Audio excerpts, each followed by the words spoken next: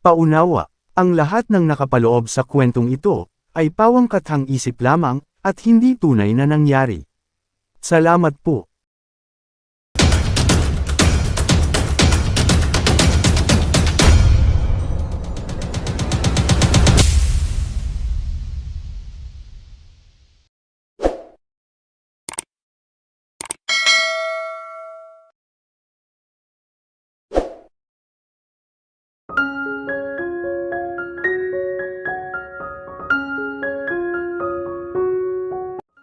Ipinarada ni Mia ang kotse niya sa parking space niya sa basement ng building.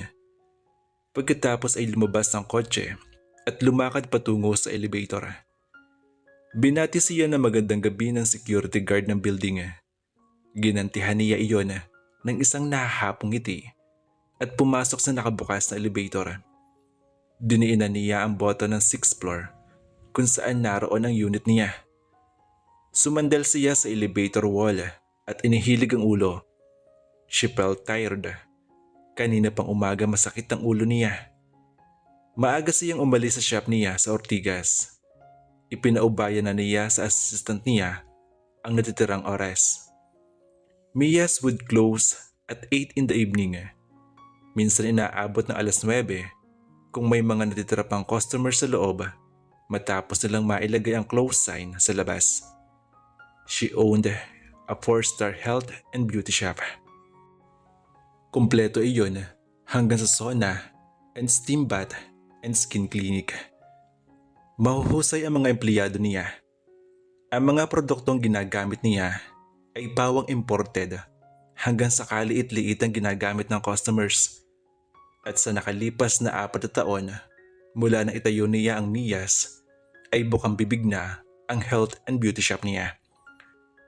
Her customers were the rich and famous, tulad ng pangarap niya. And her business was doing well. Katunayan ay makapagbubukas siya ng ibang branch kung gugustuhin niya.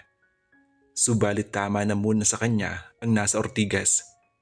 Isa pa, ang beauty shop ng mami niya sa San Ignacio ay halos katulad na rin ang shop niya, which soon to be hers later on when her mother retired. But so far, her mother had enjoyed managing her business.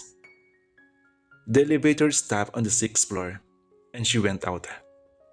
Tuloy-tuloy siya sa unit niya. Sinusisian pa lang niya ang pinto ay nauulinagan na niya ang pagtunog ng telepono.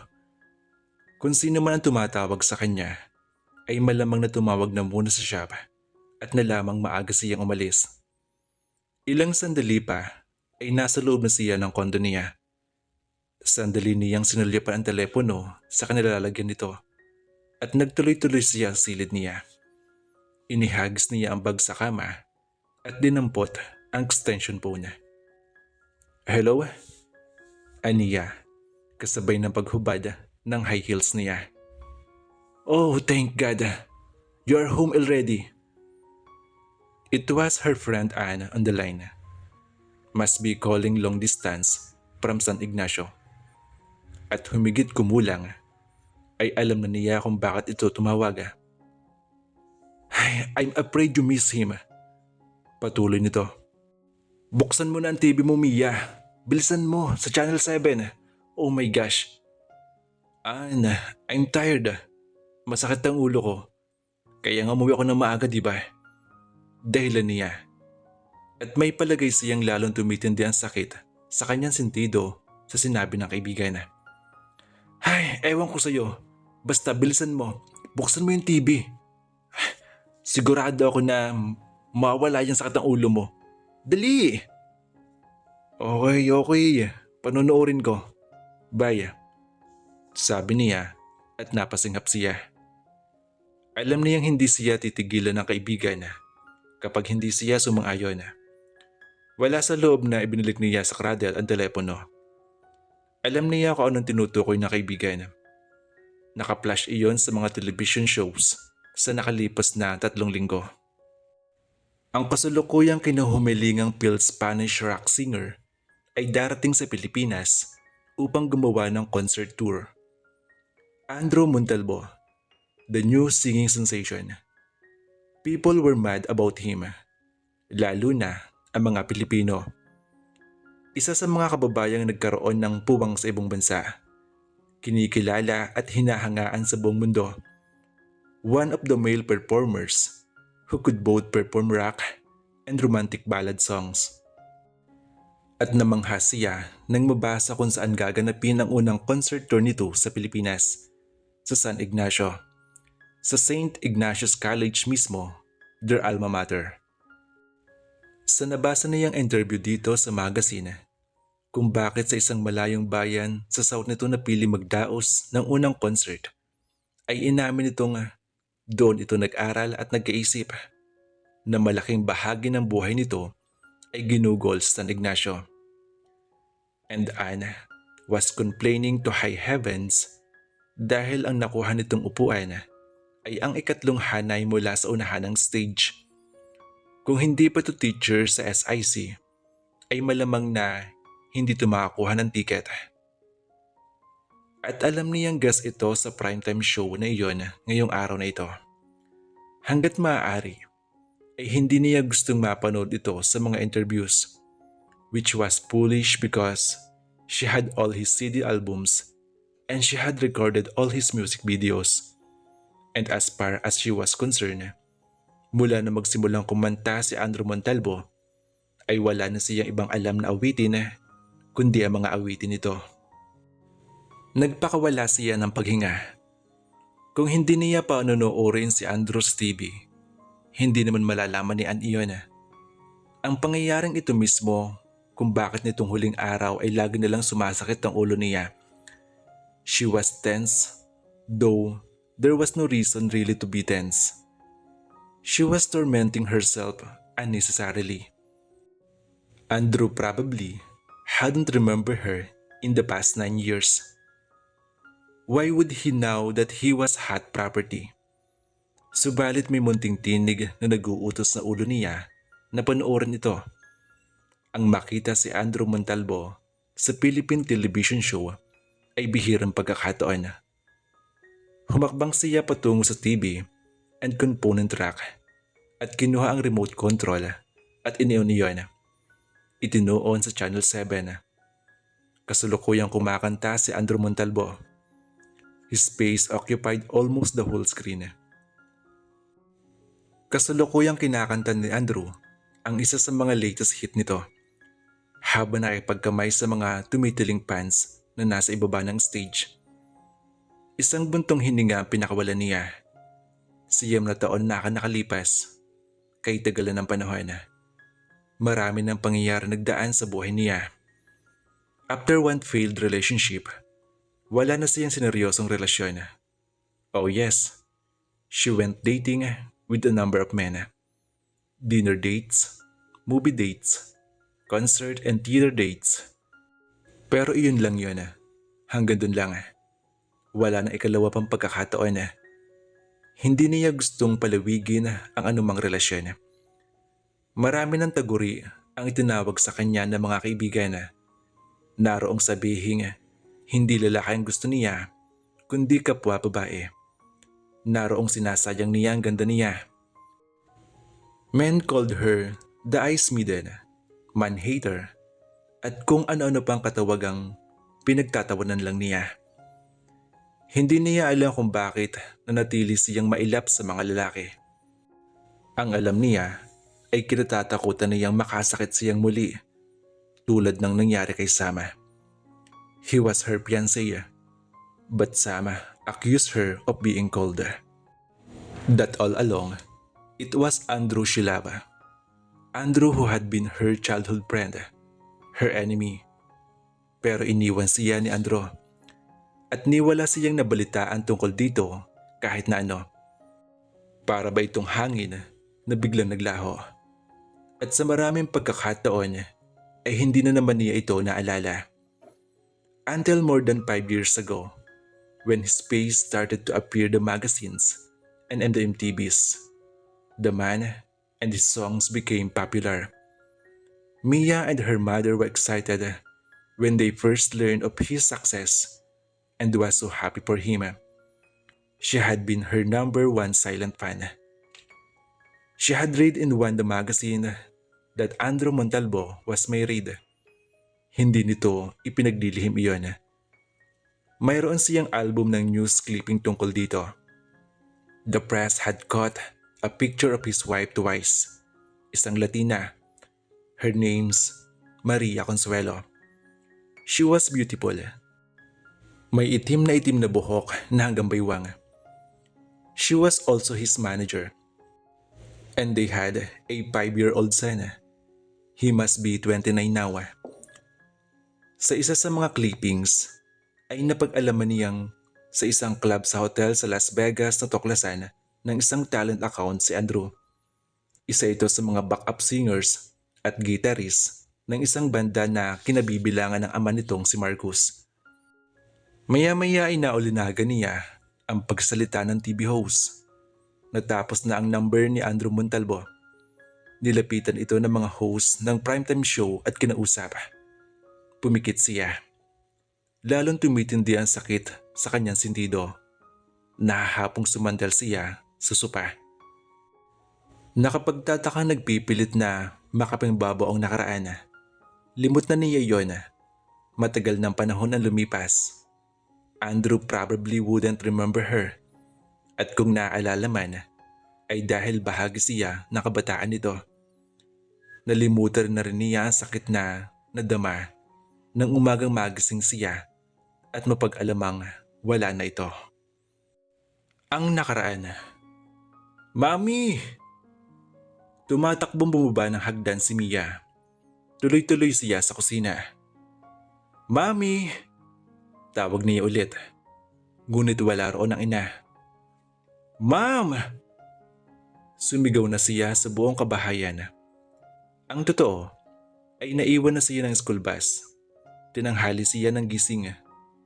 At nagsuhestyon naman ang ina na ito na mismo maghahatid sa kanya sa school dahil papasok na rin naman ito.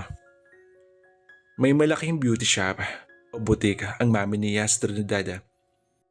Nang mamatay ang daddy niya, ay nakakuha ang mami niya ng insurance mula rito at iyon ang pinagtayo ng business. Actually, siya ang may ideya na iyon ang gawing business ng mami niya. Lupe, aniya sa katulong na naabutan na naglalaba sa laundry area. Nasaan ba si mami? Naandun, kausap ng tita Perni mo. Napaikot ang mga mata ni Mia. Agad niyang tinalakuran ang katulong at nagtungo sa likod. Habang lumalabas patungo sa likod bahay, ay sinisermonan niya ang ina sa isipan. Kausap ni Veronica sa kabilang bakod si Perni, ang mama ni Andrew. Katakatakang nasa bahay ang tita Perni niya dahil lagi itong wala kahit noon pa mang mga bata pa sila ni Andrew. Kung sa bagay, ang papa ni Andrew ay bihiran din naman niyang makita. Minsan ay itinatanong niya sa mga magulang kung bakit madalang umuwi ang papa ni Andrew. Ang sabi ng daddy niya noong nabubuhay pa ito ay dahil sa ibang bansa ito nagwo-work. Noong bata pa sila, natatandaan niya na tanungin si Andrew kung bakit laging wala ang papa nito. Naggipit lamang ito ng mga balikat at iniiba ang usapan. Hanggang sa nang tumagal ay hindi na niya napagkikita ang ama ni Andrew. At nitong huli, kahit ang mama nito ay bibihir na ring umuwi. Oh, hi Mia! Bati agad sa kanya ni Perni nang matanaw siyang palapit. Nakapahinga ang braso nito sa pader na naghihiwalay sa kanilang mga bakuran. Morning tita. Ganting bata niya. Ngunit agad na hinarap ang ina. Ma'am, malilate na ako. Ready na ako anak, ani ni Veronica. Actually, ikaw lang hinihintay ko. Tatalikod na sana siyang muli pabalik sa bahay nila nang marinig ang tinig ni Andrew na lumalabas mula sa screen door sa kusina. Ma, aalis na ako. Hindi pa binibigyan allowance ko. Napatingin si Mia rito. Nakagayak na rin ito sa pagpasok. Kung gayak ngang matatawag sa ayos nito. Ang may kahabaang buhok ay tila pinamungaran ng mga ibon. T-shirt na may print na mukha ng Kurt Cobain ang suot, haba ang polo uniform ay nakasampay sa balikat na hindi rin naman ito isinusuot kahit na nasa loob na ito ng campus. Hindi niya alam kung paano ito pinalulusot ng security guard sa campus, gayong hindi naman ito naka-properly uniform. At ang tanging dala lamang ay isang nakatuping notebook na nakasuksok sa likod ng pantalon. At duda pa nga siya kung may naisusulat ito sa notebook na dala. Pero alam niyang matalino si Andrew kung pagbubutihan lang ang pag-aaral. Sandali nagtama ang tingin nila. There was insolence in his dark brown eyes as he looked at her, daring her to comment on his attire. Siya na rin ang nauna nagbawi ng tingin. Ma'am, halika na. Andrew, bakit hindi ka na sumabay? Ihahatid ko na rin naman si Mia sa school. Ma'am, agad niyang pinisil sa braso ang ina. Hindi niya gusto makasabay si Andrew. Tiyak na masisira lang umaga niya. Thank you na lang tita. Wika nito. May kaibigan kasi akong dadaanan eh. Sagot ni Andrew na siya namang ikinagaan na kanyang dibdiba. You two used to do everything together, no? Ani ni Veronica na pinaglipat-lipat ang tingin sa kanila ni Andrew. What happened? Nagkatinginan silang dalawa ni Andrew. Napangisi ito. Umirap siya. Ma'am, tara na. Apuran niya. Wala siyang panahon sa mga flashback. Tingnan mo nga naman ng mga bata, oh. Pahabol ang sinabi ni Veronica kay Pernie. Ilang buwan na lang, nasa college na sila. Hay, time flies. Seems like it was only yesterday, no? They were practically living together in that old treehouse. Itinuro ni Veronica ng tingin ang treehouse sa ibabaw ng punong mangga na nakalilim sa kanila. Wala sa loob na sinundan ng tingala ni Mia ang itinuro ng ina. Ang treehouse na iyon ay ipinagawa ng daddy niya para sa kanyang 6th birthday. It was her father's birthday gift to her. At mula na mangyari ang treehouse na iyon, ay si Lupe ang malimit niyang yakaging maglaro doon, ang all-around helper ng pamilya Herrera. Subalit isang taon makalipas, ay nilipatan ng pamilya ni Andrew ang bakanting bahay na iyon sa kabilang lote. Maliit lamang ang loteng iyon na may 2-bedroom house. Katunayan ay iyon ang simula ng linya ng mga bahay para sa mga low-cost housing sa nag-iisang subdivision na iyon sa San Ignacio. Habang ang bahay naman ni Mia ay kabilang sa executive lot, kung saan ang mismong nakabili ng lote ang nagpapagawa ng bahay. At firewall na ang likuran na iyon ng bakuran ni Mia. Subalit dahil naroon ang malaking punong mangga na ang kalahati ng malalaking sanga ay humahapay sa kabila, dahilan upang may bahagi ng bakod na maaari magkatanawan ang kung sino ba nakatira sa magkabilang bahay. And Andrew, being a 9-year-old boy then, couldn't resist climbing the tree through its branches and up to the treehouse. Iyon ang simula ng pagkalapit ng dalawang bata. Agad na nakasundo ni Mia si Andrew. At sa treehouse na iyon, pinalilipas ng dalawa ang buong maghapon kapag walang pasok. Tanging siya lang ang bukod tanging batang babaeng kalaro nito. Wala na may ibang batang babaeng gusto makapaglaro kay Andrew sa subdivision na iyon dahil pilyo ito. Wala itong hindi pinaiiyak. Kahit sa paaralan ay puro kapilyohan din ang pinagagawa nito. At kalimitan ay malipit mapatawag ng principal office ang mama nito. Isa sa mga dahilan kung bakit laging naririnig sa bakuran ni Mia ang sermon ni Pernie sa anak. But Andrew didn't make her cry. He was her protector. Inaaway nito ang mga batang nanunukso sa kanya. At takot dito ang karamihan sa mga batang lalaki sa neighborhood. Kahit sa campus, dahil sa barumbado ito at palaaway. Sa treehouse na iyon, while she played with her dolls, si Andrew naman ay nagigitara. He would pretend he was a rock star. Tatayo sa mesa at sasayaw at gagayahin si Elvis Presley. And she wouldn't watch him with adoration in her eyes. Sa murang isip niya, she knew he had a good voice and he danced and played the guitar well. Hanggang sa isang araw ay hindi na niya marinig ang pagigitara nito. Ayon dito ay nabasag ang gitara dahil natabig ng mama nito. Nang araw na sabihin ni Andrew sa kanya ang tungkol sa pagbabasag ng gitara, ay kalahating araw itong nanatili sa itaas ng sanga ng punong mangga. Hindi kumikibo. Sinabi niya kay Andrew na magpapabili siya ng gitara sa dada niya at ibibigay dito. At iyon ang kumuha sa atensyon nito. Bumaba ito sa sanga patungo sa treehouse at binalaan siya. Sinabi nito na hindi na sila bati sa sandaling ginawa niya iyon. She wanted to hate Andrew's mother at that moment. Alam niyang galit sa Pernie sa pagigitara at pagkanta-kanta ng anak. Nagdududa siyang sadya nitong binasag ang gitara ni Andrew. Tinig ni Pernie ang pumukaw sa sandaling paglalakbay ng isip ni Mia. Nang mag-angat siya ng tingin, ay ang mga mata ni Andrew ang nakita niyang nakatitig sa kanya. Hovering on his lips was that infuriating smile na tila alabal itong nababalik tanaw siya sa kabataan nila. Isang matalim na irap ang ibinigay niya rito at itinuon ng pansin sa sinasabi ng mama nito. Matagalan dapat na nasa kulit si Andrew.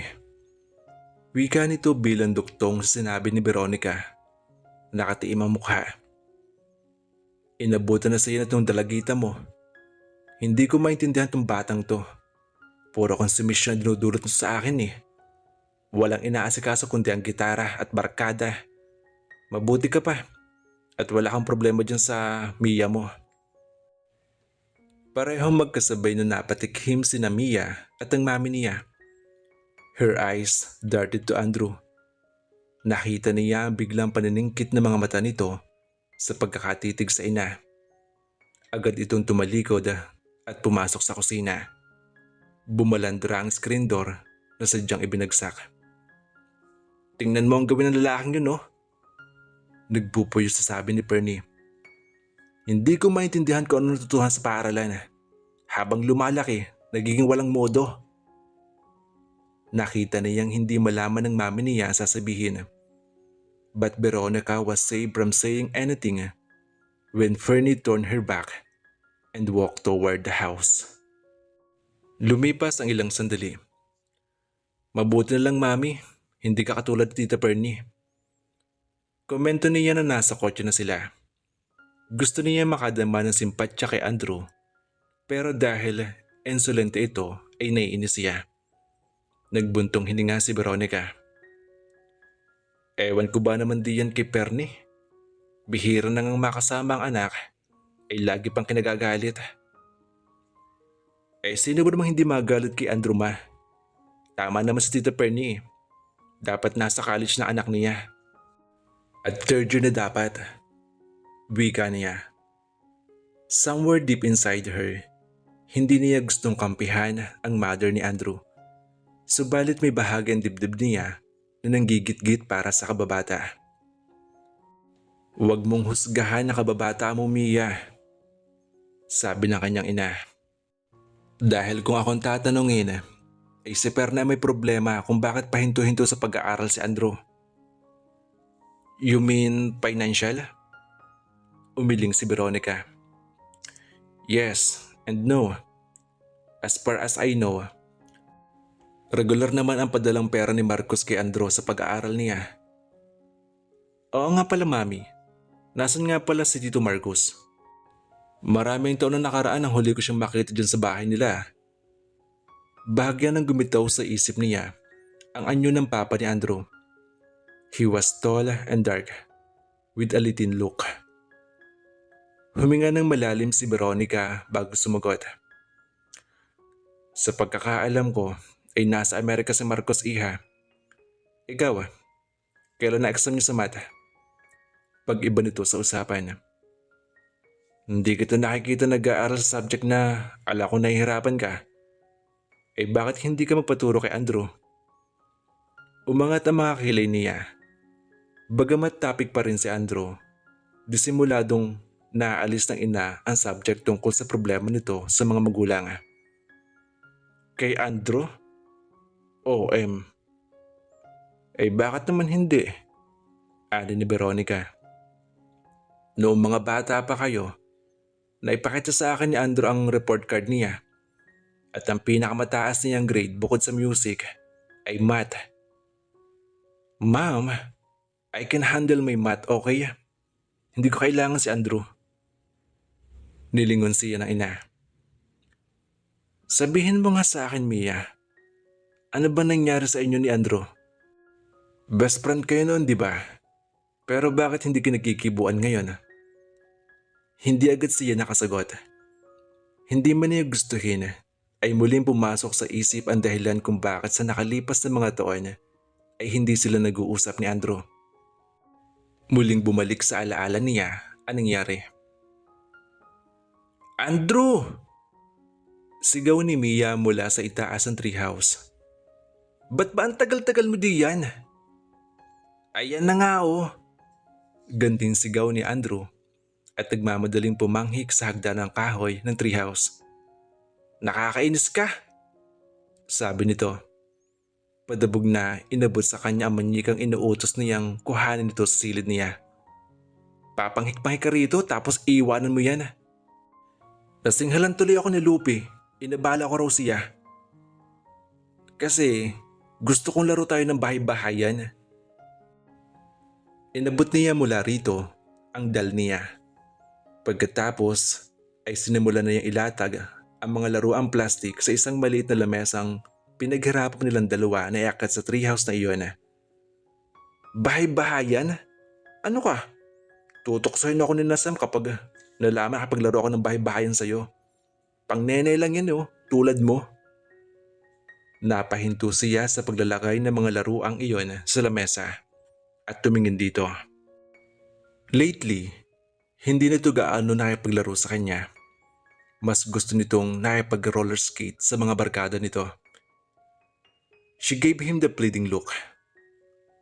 Hindi naman niya malalaman Sige na, yari ikaw ang daddy, ako naman ang mami. Sige naman please. Ang akbang pagbaba ni Andrew sa treehouse ay nahinto sa pakiusap niya.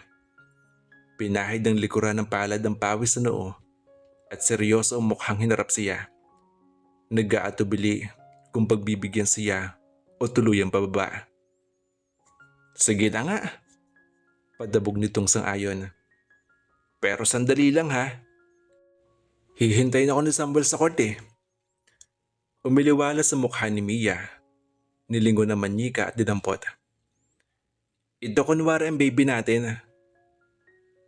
Parang hindi tama Anito, niyoko ang manyika niya. Hindi pa tayo pwede magka-baby Umangat ang kilay niya. Bakit naman? Kasi, hindi pa tayo nagkikis. Patuloy nito. May nakatago kapilyuhan ang ngiti na sa mga labi. What? Halos mapasigaw siya sa narinig mula dito. Dinilaan niya ito. Ano ka? Nek-nek mo? Ganun talaga iyon. Paliwanag nito. At agad na inilapit ito ang mukha sa kanya at nanunulis ang nguso. It was a fast and brief. She hadn't even noticed it. But she felt the touch of something warm and moist on her lips. Hinalikan siya ni Andrew. Sandaling hindi nakapagsalita si Mia. Nagulat siya sa ginawa nito. Nanlaki ang mga mata niya haba ang bibig niya ay nakaawang. Ngunit hindi maglago sa lalamunan niya ang sigaw na gustong pakawalan. Si Andrew naman ay nakatitig sa kanya. Hindi malaman ang gagawin na nabigla rin sa kapilyuhang ginawa. Napahawak si Mia nang wala sa loob sa mga labi niya. Basa pa iyon. Yak. Hindi niya matiyak kung galing sa bibig ni Andrew iyon o sa pawis sa ibabaw ng upper lip nito.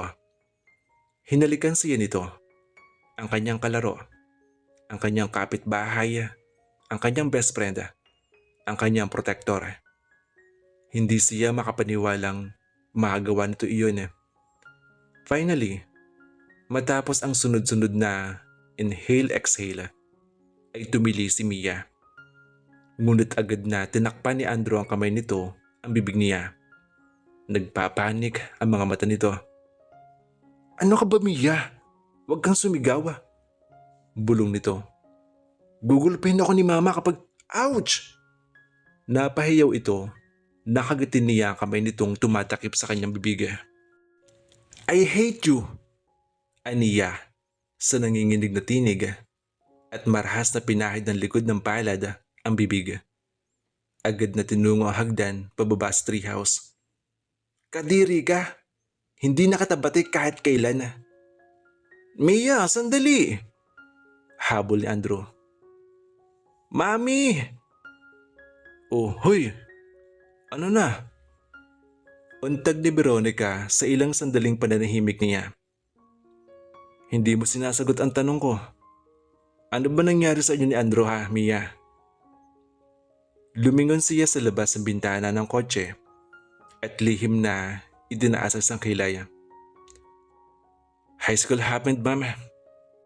Sagot niya sa ina at isang napakalalim na buntong hininga ang ginawa niya.